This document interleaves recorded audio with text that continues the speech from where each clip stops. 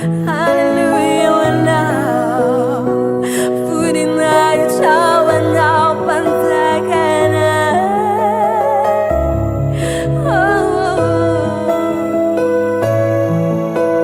Hallelujah, one sana good.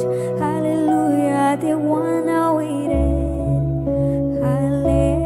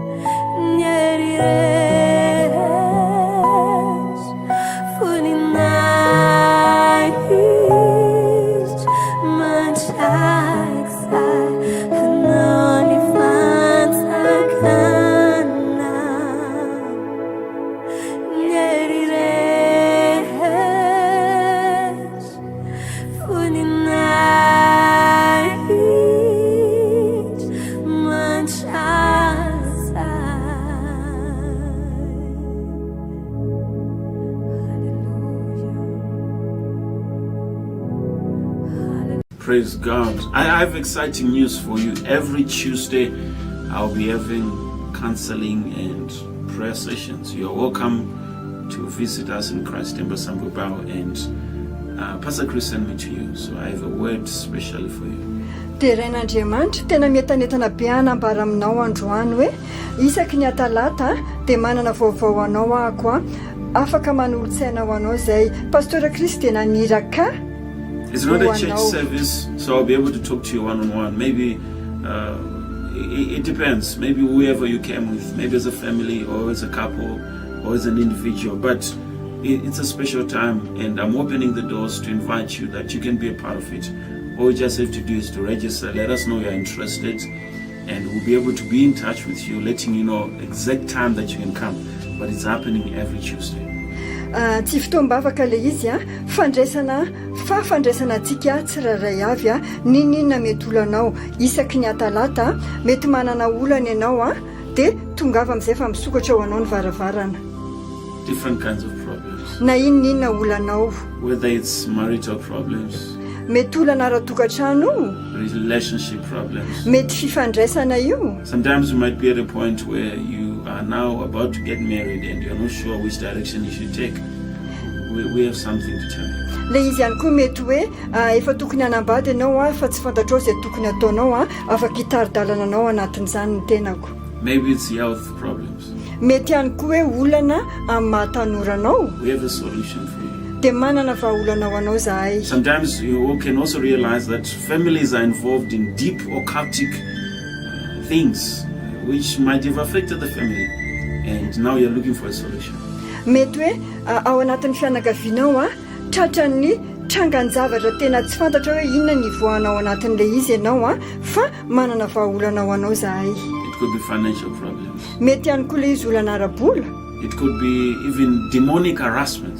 Mety ihany koa le izy asan-devolo eo amin'ny fianana. But I can guarantee as you come, we have a word for you. Pastor Chris sent me to you. Pastor Chris naniraka fa manana teny ho anao ako. You don't have to be a member of Christ Temples. Maybe you've never been in church before, or you're just getting this video wherever you are, might be. I'm inviting you. It doesn't matter. You can come. Mety ianao hoe tsy mbola nakany am-piangonana, mety ianao hoe tsy membre ny Krista Ambasia, tsy maninona izany, fa tongava fa izahay hanampy anao. God bless you. Until then, keep living in an atmosphere of miracles. Tahian'Andriamanitra manokana ianao a dia mitoiza mahita miaina ao anatin'ny atmosferany fahagagana. Praise God. I have exciting news for you. Every Tuesday, I'll be having counseling and prayer sessions. You're welcome to visit us in Christ Temple Sambubao, and Pastor Chris sent me to you, so I have a word specially for you. Dia rain'Andriamanitra tena mientanetana be hanambara aminao androany hoe isaky ny atalata dia manana vaovao anao ahako a afaka manolotsaina ho anao izay Pastora Chris dia naniraka. It's not a church service, so I'll be able to talk to you one-on-one. Maybe it depends. Maybe whoever you came with, maybe as a family or as a couple or as an individual. But it's a special time, and I'm opening the doors to invite you that you can be a part of it. All you just have to do is to register. Let us know you're interested, and we'll be able to be in touch with you, letting you know exact time that you can come. But it's happening every Tuesday. Tsy fotoam-bavaka le izy a fandraisana antsika tsirairay avy a ninina mety olanao isaky ny atalata mety manana olana ianao a dia tongava amin'izay fa misokatra ao anao ny varavarana. Different kinds of problems. Na inona olanao, Whether it's marital problems, mety olana ara-tokantrano, relationship problems. ifandraisana io. Sometimes you might be at a point where you are now about to get married and you're not sure which direction you should take. We have something to tell you. Le izy ihany koa mety hoe efa tokony hanambady ianao a fa tsy fantatrao izay tokony ataonao a afaka hitari-dalana anao anatin'izany ny tenako. Maybe it's health problems. Mety ihany koa hoe olana amin'ny mahatanoranao We have a solution for you. dia manana vahaolanao anao zahay. Sometimes you can also realize that families are involved in deep occultic things which might have affected the family, and now you're looking for a solution. Mety hoe ao anatin'ny fianakavianao a tratran'ny trangan-javatra tena tsy fantatra hoe inona ny voanao anatin'ilay izy ianao a fa manana vahaolanao anao zahay. It could be financial problems. Mety ihany koa le izy olana ara-bola. It could be even demonic harassment. Mety ihany koa le izy a asan-devoly eo amin'ny fiainana. But I can guarantee as you come, we have a word for you. Pastor Chris sent me to you. Pastora Chris naniraka fa manana teny ho anao ahako. You don't have to be a member of Christ Temples. Maybe you've never been in church before, or you're just getting this video wherever you are, might be. I'm inviting you. It doesn't matter. You can come. Mety ianao hoe tsy mbola nakany am-piangonana, mety ianao hoe tsy membre ny Christ Embassy, tsy maninona izany, fa tongava fa izahay hanampy anao. God bless you. Until then, keep living in an atmosphere of miracles. Tahian'Andriamanitra manokana ianao a dia mitoiza mahita miaina ao anatin'ny atmosferany fahagagana. Praise God.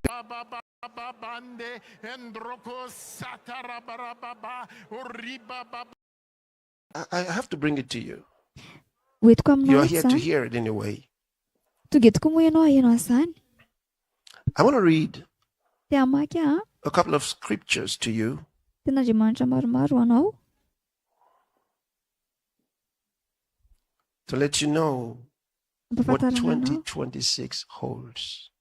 hoe inona ny andrendren'izany 2026 zany, inona zavatra Sometimes, you 2026 listen to etonao ndrendrenao economists mihaino and they ekonomista have their ianao forecasts. They talk about hoe miresaka what they mahakasika ny expect. vinavinana izy, They talk about market trends and what they miresaka expect. mahakasika ny They look at businesses, they look at the currencies and so on. They make miresaka their mahakasika an'izany calculations and then they tell you manao what they fanadihadiana zany izy, expect. manisa zany izy manao But vinavina. nothing has been as accurate as the prophetic word through the Spirit of God. And this has been since Bible days. Even our world as it is today was prophesied long ago. Zavatra rehetra izay mitranga amin'izao You fotoana look at your izao Bible, amin'ny ten'Andriamanitra. You're amazed Tena ho talanjona at ianao na zavatra exactness. lazain'ny ten'Andriamanitra hoe tena exacta, tena précis, how accurate tena the marina. prophetic word has been. hoe And zany that spirit of tenim-pamanina prophecy zany tena marina ao anatin'ny baiboly is still functioning today. dia mbola miasa mandrakitiana It's andro what our world is waiting for, what our world dia will be inona like. zavatra endrasany And how it will go. andraran'izao tsy dia ahoana zavatra hitranga. I did tell you Efa nolazaiko taminao that the globalist agenda was under suspension. It is still under suspension in 2026 hoe ny because it was globalisation full of fallacies and deceptions. na hoe fifehezana ty zao tontolo zao ty dia en suspension na hoe mbola ao anatonto mbola mijanona amin'ity taona 2026. So it's still under suspension.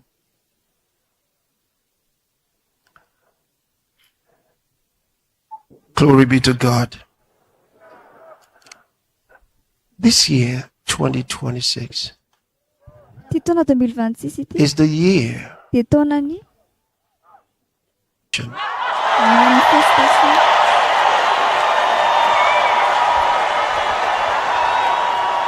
Taona manifestation.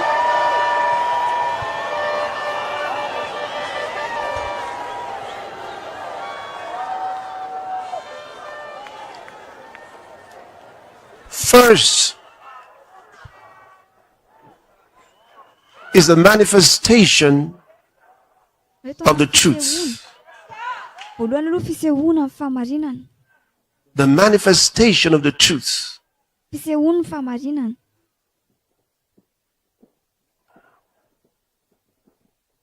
And that is so powerful. Dia tena You have to manan-kevy zany. understand it. Mila takatao You hoe know, there's a word in the Greek that's translated manifestation and used just twice in the Bible. Phanerosis. indroa fotsiny izany manifestation zany And na fisehoana zany Phanerosis tenenina ao anatin'ny This Baiboly. manifestation you find in 2 Corinthians chapter 4 and verse number 2.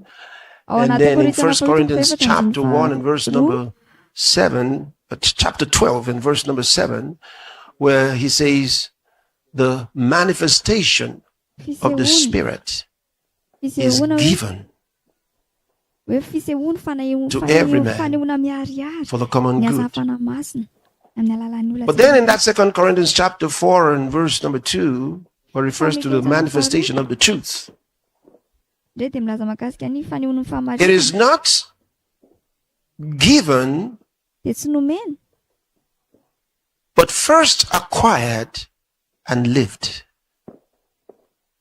hoe azo dia iainana. Many experience the manifestation of the Spirit in the gifts of the Spirit listed in the Bible.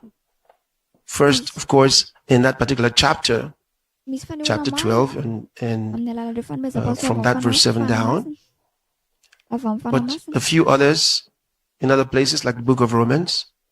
Afaka hitantsika zany anaty bokin'ny Romana. But then, not many have experienced Fa tsy what the word betsaka- calls the manifestation of the truth. fa tsy mbola betsaka ny The miaina manifestation of zany the hoe truth is the manifestation demonstration of the fanehoana truth. fahamarinana fa tena hoe demonstration And the truth fahamarinana here zany. Dia ny fahamarinana is beyond facts. dia It is the mihoatra demonstration of the realities of God. fa hoe fanehoana miharihary And those things Ny first must be fahamarinana acquired, but they must come to live in you. dia hoanina They must become revelations to your spirit. dia ho tonga fahamarinana revelation ao anaty In Ephesians fanambarana chapter zany. 1, reading from verse 17, I'm going to give that to you. From verse 17, Efesiana it says 1:17 that the God of our Lord Jesus, in his prayer, he says that he may give you, grant you the spirit of wisdom and revel in the knowledge of him. sy ny fanambarana Now, the word fahalalana revelation, the apocalypsis, ny is also teny hoe translated revelation dia avy any amin'ny apocalypse na manifestation. fanambarana. Ny dika hoe fanehoana. And this is really remarkable because of what it means Satria and what it dikan'izany signifies mahatalanjona. in the Word of God. So first will be the manifestation of the Dia truth, fanehoana ny fahamarinana which you will see in dia ho hitanao 2026. taona 2026 ity. As men have learned, as God's people have learned the demonstration of the gifts of the Spirit, called the manifestation of the Spirit, they're going to come into the reality of the demonstration of the truth, the manifestation of the truth. And this is a higher level of one's walk with God. And this higher level is what the Lord is calling you up to. When he says, come up here. How many of you are ready for that? You're ready for that in your life? You're ready for a higher walk? The manifestation of the truth. The second thing, and I just used the word apocalypsis, which means first, manifestation means he was the sons of God. These are mature sons of God. These are those who have learned to walk with God. These are those who have moved from the babyhood stage. See, here he's letting you know it's not enough to be born of God, but one has to walk with God. But does the Bible tell us Enoch walked with God and he was not found, for God took him. He walked with God and God took him. He walked with God and God took him. Are you following that? Enoch walked with God and God took him. The sons of God are going to walk with God and they're going to be manifested beginning in this very 2026. You're going to see it happen in a way that the world has never known before. It is called the disciples. You only get to know things like this through the Spirit of God. Through the Spirit of God.